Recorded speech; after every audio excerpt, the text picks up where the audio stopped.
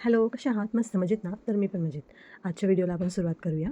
आज आपण बनवणार आहोत लहान बाळांसाठी जे 6 महिन्यांच्या वरती आहेत त्यांच्यासाठी होममेड सिरॅलिक.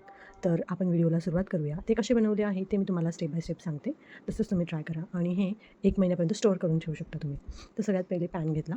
पॅनमध्ये आपण 2 स्पून हे तूप घालून घेतलं आणि त्यानंतर आपल्याला जे इन्ग्रीडियंट्स लागणार आहेत ते एक-एक करून घालून घेतले. पहिले आपण बदाम टाकले, त्यानंतर थोडे काजू आणि तीच सेम वाटीचं प्रमाण घेऊन 2 कप हे मखाणे घेतलेले आहेत. अ, त्याचबरोबर आपण थोडे ओट्ससुद्धा घेतलेले आहेत.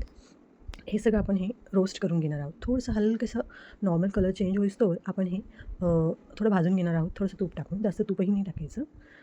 कारण बाळ हे नवीन फूड सुरू करत असतं. त्यामुळे आपल्याला ते थोडंच तूप टाकून घालून परतून घ्यायचं आहे. किंवा तुम्ही तुपची क्वांटिटी कमी जास्त करू शकता किंवा बदाम, काजू जे मी घेतलेले आहेत, त्यांची क्वांटिटी तुम्ही कमी जास्त करून घेऊ शकता. आणि मी जशा पद्धतीने त्यांना उलटते, तशाच पद्धतीने तुम्ही त्याला हे करू शकता, चाळू शकता. आणि थोडीशी नॉर्मल ब्राऊन होईस्तोवर ते भाजून घ्यायचे आणि मखाणे हे असे रोस्ट होईस्तोवर भाजून घ्यायचे. मखाणे असे व्हायला हवे, फुटायला हवे, तोपर्यंत भाजून घ्यायचे. आणि त्यानंतर आपण हे सगळे इन्ग्रीडियंट्स हे एकदा वापस चाळून घेऊ आणि त्यानंतर आपण हे आपल्या भांड्यात काढून घेऊ.